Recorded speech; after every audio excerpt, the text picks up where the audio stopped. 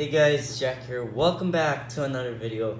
Today I'm going to teach you some Square-1 tips if you use beginner's method. So if you average like sub 2, you can bring it down as far as sub-40. Yes, you heard me right. You can get a sub-40 average if you use these tips. No clickbait, no scam. I'm now sounding like the YouTubers who say that. So yeah, just scramble your square. Wait a second. The first step is already in its solved state. Oopsie. Okay, I'm filming through my phone since my camera doesn't work. So yeah, and it's really hard to keep it in frame, especially since the camera is more zoomed in than usual. But hey, at least I have a viewfinder now. So yeah. Anyway, so let's start. If you're having trouble figuring out what makes a Square-1 a Square-1 and why is this so confusing? Like, why does it have parity? Now, picture this. It's obviously just an equivalent of a 3x3 if you didn't know. If you didn't know, wow, I thought you knew better. No, I'm just kidding. I'm not gonna bash you on that. But it's just the equivalent of a 3x3. Now, I want you to picture this. This equator piece is just a bandaged center. Wait. It's just a bandaged center and edge. This is bandaged, so that means it's locked. So yeah, it's locked. And then it was sliced up like this diagonally, and then there's no centerpiece here on top and bottom layers. So that's why there's parity. It's because there's no centerpiece to rely on, and the centerpiece and edge pieces are bandaged to make the equilateral slice. So that's why parity exists. So yeah, it's basically one of the same reasons why parity exists on even numbered big cubes like 4x4, 6x6, and then that's why OLL parity exists. And I just screwed up the parity out. Amazing. Don't get parity. Yeah. See, this is why there's parities, because there's no centerpiece on the top and bottom layers, and the slice is basically just a bandaged centerpieces and edge pieces. And my iPhone can't focus on the Square-1, and I'm struggling to do the parity out. So yeah. Focus. Very good. Filming on an iPhone 10. No flex. So yeah. Now let's get started. These tips will be in order step by step. So we will go through first cube shape. And then when you usually scramble, it's usually that we keep it in the cube shape. Then we just offset the layers so it can be scrambled. That's the usual pattern. Oh my gosh. And then when it's scrambled enough, that's when we scramble it into different shapes. Now, can I solve this in one alg? No, you can't. But, okay, so instead of calling cube shape getting 8 edges on top, all connected, and 2 corners here, and a flower with 6 petals down here, I'm not sure if that's what they actually call it, but that's how I describe it. So let's first minimize it into something easier. First, get 2 pairs of 2 edges connected here. And then, if you get one if you get one pair of 2 that's connected, and 2 are not connected, it's actually quite easy. But if not, then anyway, so if you get this case, these are separate. This edge pair is separated by 1 corner. What you can do is slice. Move it here, so this shape isn't really seen. So yeah, you offset it, or not really offset, but make it to look like this. That these 2 pairs are separated by these 2 corners. Then slice, then bring the 4 edges at the back, then slice again, then position the formed pair so it can connect here, then slice, and then you reached your goal. You didn't know that? Well, guess what? Now you do. Now, another case you can get is not having any connected edges. Now, that's fine if you get that case, guys. It's totally fine. Don't panic, and if you do panic, you're gonna ruin yourself. I really can't minimize it to look like what I'm trying to do. But yeah, if it ends up like this, or like basically if it ends up like, yeah, just do what I told you and make sure the unsolved pair stays at the bottom. And then when you actually, how do I say it? When you pair the when the second pair is still not yet paired together, then just slice, and then make sure it doesn't reach on the top. And then when you're done solving this, that's when you can bring it up here. But yeah, I'm quite hard at explaining stuff, but I'm trying my best. But then you guys might ask me, but Jack, what if I get the one stubborn edge case? If you guys don't know what the one stubborn edge case is, basically it's an edge that doesn't. It's just an edge that doesn't want to connect with the rest of the edges. So there's one that separates all of them by just like one. Yeah, I'm trying to make you guys get the point. So yeah. Trying my best to get the case here. So yeah, if you get to what I was trying to explain earlier is if you got two pairs of edges that isn't connected, make sure the ones that's not solved gets affected by the slice, and then when you do it and then the slice brings it together, yeah, problem solved.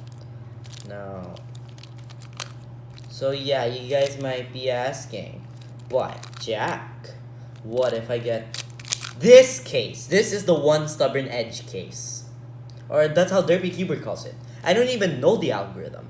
I tried the algorithm, but I didn't even bother trying to memorize it. Why? Because there's an easier way of actually solving it. So what I need you to do is that these four edges, three that are connected with each other and the other stubborn one, slice, then this edge pair that's separated by this corner, slice, and then do what I just said earlier. So then get this one that's across from each other in a way, or separated by two corner pieces, slice, then bring them here, then this pair of edge, slice, that brings them together, then slice. Then you got now you got all 8 of them connected. And then you just do the algorithm. You guys can cancel moves if you get a lucky case, but you guys can cancel the cube shape algorithm if you get a lucky case, but honestly, that's for you big brainies. Actually, I am big brainy, but I wouldn't even bother. But so I also don't cancel the cube shape algorithm just in case if I get confused. If it's very easy, then might as well. Even my PB single, I canceled part of the. Did I? I forgot. My PB single 17.3 something. Wow, I'm so addicted. Square-1 so addictive, but I can't even remember it. For CO, or corner orientation, I don't really have much of a technique. Now, EO. This is when you take advantage of the J-perm algorithms. Or basically, you know what I'm saying. I don't need it. If you know how to solve a Square-1, then you obviously know how to solve. Yeah, you basically know the J-perm algs. So yeah, you can minimize some cases to just have the two-look EO. So basically, if you get a case like this, obviously you need to make sure that these aren't connected like this, so they aren't across from each other from layers, or like this, the opposite. No, make sure it's like this or like this. But if you get this case, just make sure these won't be across from forms a straight line through these layers, or it's opposite from each other. So yeah, and then just do the offset. Wait, how do I explain? So just do the 1 slice, -1, -1 slice 1. So yeah, if you get this case where yeah, these edges are separated by one corner and they're at the bottom, make sure you put them at the bottom right. And when you get these edges that are separated from each other across, just do this algorithm, which is a J-perm. However, permutes what's on the bottom and swaps the corners diagonally from what's on the top. So it's slice, 3, slice, -3, slice, 3, slice, -3, slice. And then basically this just leads you to the easiest case, like that. But if it's otherwise, oh god. Oh no, my phone fell. No. Anyways, the next thing, if you get, this is theoretically the same case, however, the position's swapped. Now, if you get this case where these pairs are separated by this corner and the edge pair is across from each other, basically you just do the J-perm algorithm that affects the top layer, which swaps the edges, and yeah, and then just swaps the corners diagonally down here and the edges across. Basically it's just, well, you know the alg, but I'm gonna say it anyway. Slice, -3, slice, 3, slice, -3, slice, 3, slice. Now I should be saying slash, but slice sounds better, so yeah. And then you just get the offset case. Now, are there any others? No. But if you get, wait.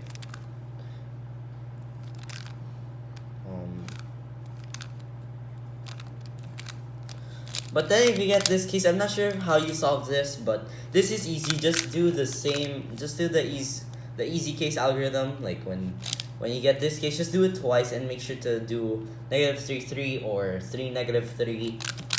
So yeah. Now next is corner permutation, or CP. Now this, you'll learn one new alg, which is, wait a second.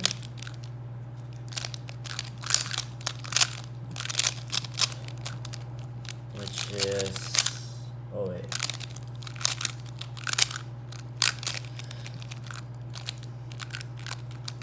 Oh no. I'm more focused on my camera. Anyways, if you get this case where these corners are across from each other and these corners are across from each other, both layers, just do this algorithm. It's very short, very easy to learn. I won't write in the description. I'm very sorry, but I'm very bad at editing. So yeah, so it's slice, 3, -3, slice, -3, 3, slice. And that basically just, yeah, so technically this is called beginner PBL, but I don't want to phrase it that way. So yeah, next is, if you want to be more efficient and less move frenzy, or yeah, just less moves used. So this next one is just the J-perm. Now only do this if 2 of your corners are correct, show the same color. You have to put them on your left. And the case on the bottom layer is across from each other, or like they have to be swapped across from each other to be solved, or diagonally from each other to be solved. So just do the J-perm alg.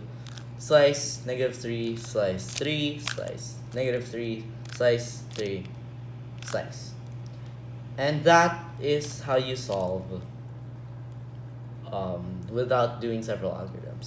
Now if you get this case, both edges are correct and both corners show correct colors, or yeah, they're correct, and then these two are just needed to be swapped, and same shows here. Now it doesn't have to be the same color, of course.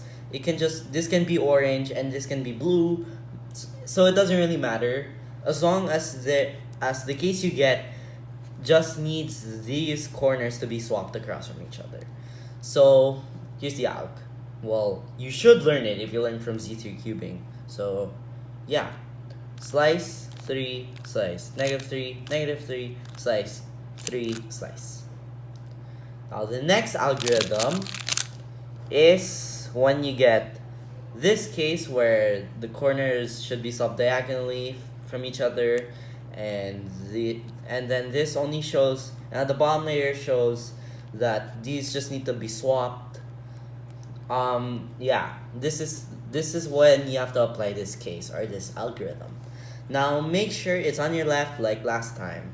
So the algorithm which I told you when we were doing the edge orientation, the EO tricks, slice 3, slice -3, slice 3, slice -3, slice. Now if I just say 3 -3 or 3 after a slice, that means you don't do anything on the bottom layer if you didn't know, and if you didn't know, did you learn Square-1?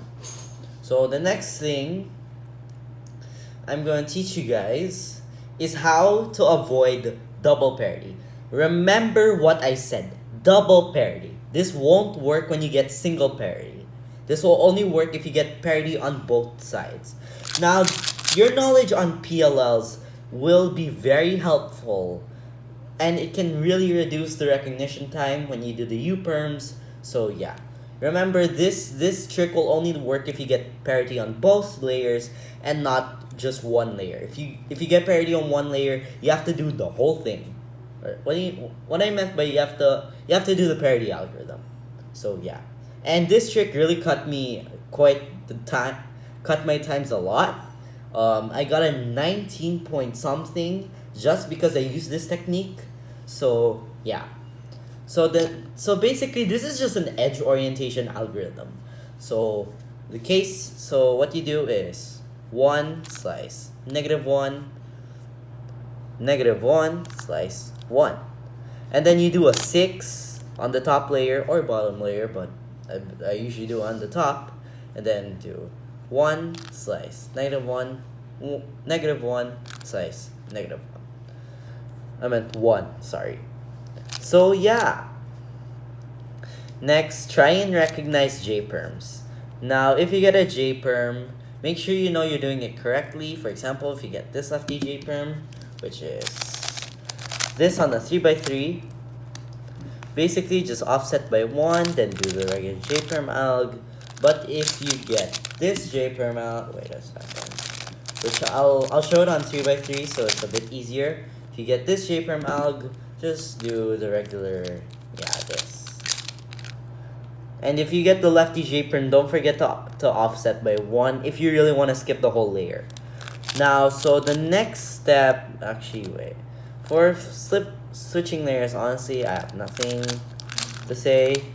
So that's all I can say. So yeah, also you can finish the solve by having it offset by a bit. Remember, it's only a +2 when it exceeds 45 degrees. Correct me if I'm wrong, but that's what I observed from Square-1 solves. So yeah, but if you do get parity, then single parity, then that means you have to do it all over again. You have to do the parity alg, not just you need to do the parity alg. Now the next trick I want to teach you when you do EP, or basically or basically just PBL or PLL. Sorry. If you encounter this case where this is already solved, you gotta skip. Now, one of the tricks I'm gonna teach you is 1. If you get the J-perm, if it's the lefty J-perm, offset it by 1, then just do that, and then solve it. Well, keep it offset, of course. But if you get this case, or basically it doesn't apply to J-perms only. If it is a case where only it's just a corner swap from here, these two corners need to be swapped, then this case can be used. Now if this is solved and this needs to be solved, but of course when you do the algorithm, it's obviously going to mess the bottom layer up.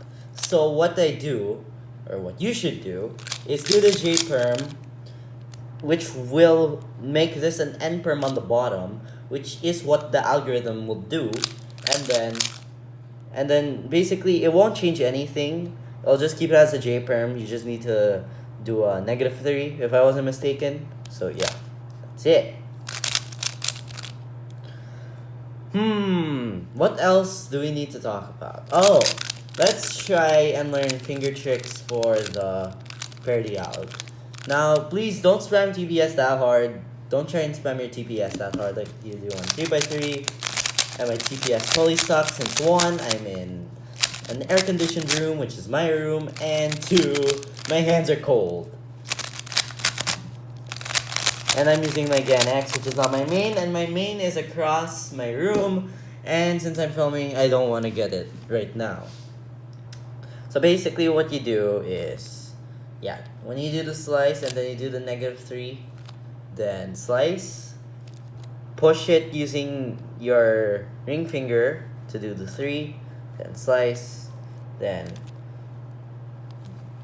push it like this using your index finger. Not like this, what you do with your ring finger, or what I do with my ring finger.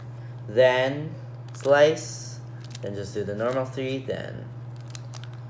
Now what I do here is, when this slice is done, I push with both my thumb in a way, and and then slice, then the -2, then do the -2 up, then I regrip, then the 4,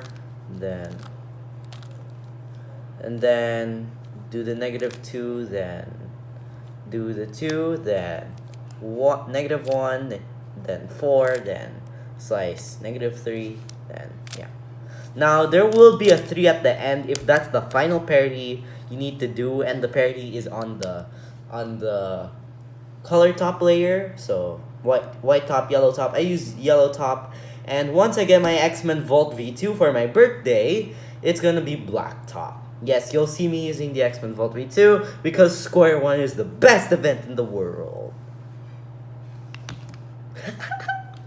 Anyway, so that's how I finger trick the parity alg. So now try your best and not spam too much DPS. Spam too much DPS, you'll undershoot a turn or overshoot a turn. Well, most likely you won't overshoot a turn, but you will undershoot a turn if you spam that hard. So that's all for Square-1 tips and tricks. For those who use beginner's method to drop your average down to sub-40. That'll be the long title of this video. Anyways, thanks for watching, guys. I finally made a video after realizing my camera can connect to my phone and it's acting quite wonkers. So that's all for this video. Stay safe, have a great day, and like the video and subscribe or else you'll get Square-1 parody forever.